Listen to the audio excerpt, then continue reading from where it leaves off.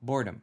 When you full on rest, you have to sometimes deal with boredom, right? When you meditate, you sit in a bath without your phone, when you go for a slow walk, like these are things where boredom becomes a factor.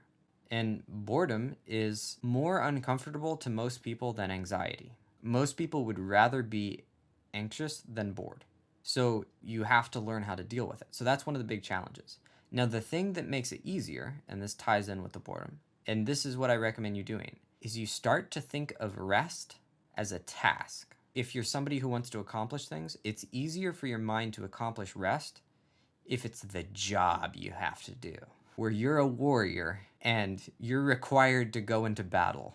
Prerequisite to you going into battle, you won't be allowed to go into battle if you don't rest. You're required to. It's your job. You can even think of it as the battle. And it's easier for the mind to excuse it if the mind wants to accomplish a lot of things. So a lot of the reasons why people can handle anxiety much more easily than they can handle boredom is because anxiety usually comes around the idea of taking something on. It's a task, right? You're anxious because you have to do something. You're anxious because you're out of your comfort zone. You're anxious because it's too hard. When you're bored, it's too easy. When you're bored, there's nothing to do. So boredom is sort of more inexcusable in your brain. But if you recognize it for what it is, and you go, oh, okay, this is a job I have to do, where I have to sit with boredom, and I have to understand this sensation. I have to go for a slow walk that's long enough that I get bored, so that I notice what this is like and I can deal with it for a little bit. I have to take a nice relaxing bath long enough that I actually get a little bit bored, and I have to sit with that and figure out what to do with it. And lastly, here's the answer. The answer to the boredom is increasing awareness. So this is a lot of where meditation ties in, because meditation is generally an exercise in increasing awareness. So it just ramps up that skill set. But overall, the way to become less bored is to look deeper into something or to look broader at something. So if you are a musician and you're playing the guitar, in order to play the guitar better, you have to play 3 or 4 notes many, many times over and over again. And in order to do that, there will be a point at which you understand them well enough that it feels stupid to play them again. But you actually need to play them more than that, because your ability isn't actually there yet. Your understanding is there, where you know which notes you're supposed to play, but your ability isn't there yet. So what you have to do is you have to take a more detailed look at what you're doing.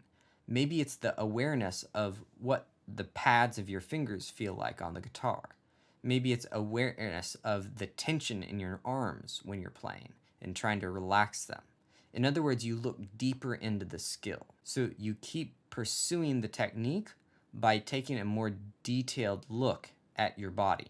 You get your brain's attention at closer details of your body. And that's how you look deeper into a skill.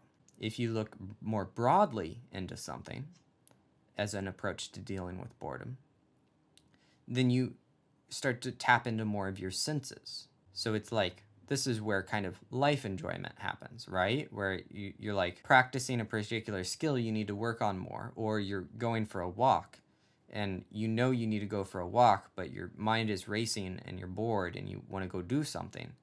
Well, what you do is you broaden out your attention, where you go, hey, what do I smell right now? What do I see right now? What do I hear right now? What do I feel right now? And you start to notice all of those things.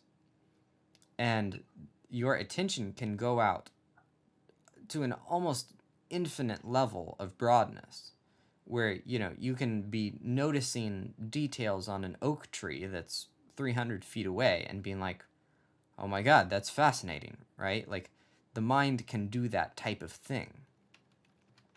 So those are kind of the two antidotes to boredom. When you do this, your boredom goes away. Because think about what happens when you do something to fix boredom? What are you doing? You're doing something that makes your attention go more deeply or more broadly. It might be a distraction. It might be pulling out TikTok, but what happens when you pull out TikTok? Your eyes go to one place, your attention goes very tunnel to this one piece of interesting thing, and then you give yourself as much of it as possible. That's going really deeply into something. What happens when you are the person that's the concert junkie?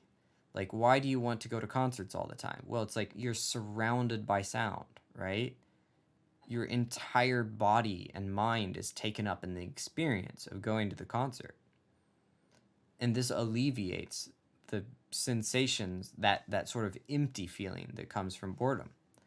So what you do is you learn how to just do it on your own, where you get your mind to, when you feel boredom, you go, oh, okay, am I going to go more specific or am I going to go more broad? And it can be anything. Like, you can be sitting in a lobby in a waiting room and get bored and go, all right, I'm going to see if I can feel every aspect of my heartbeat. You'll be there for 40 years. You'll have plenty to do because there's a lot to pay attention to there. So these are kind of the basic approaches to alleviate boredom.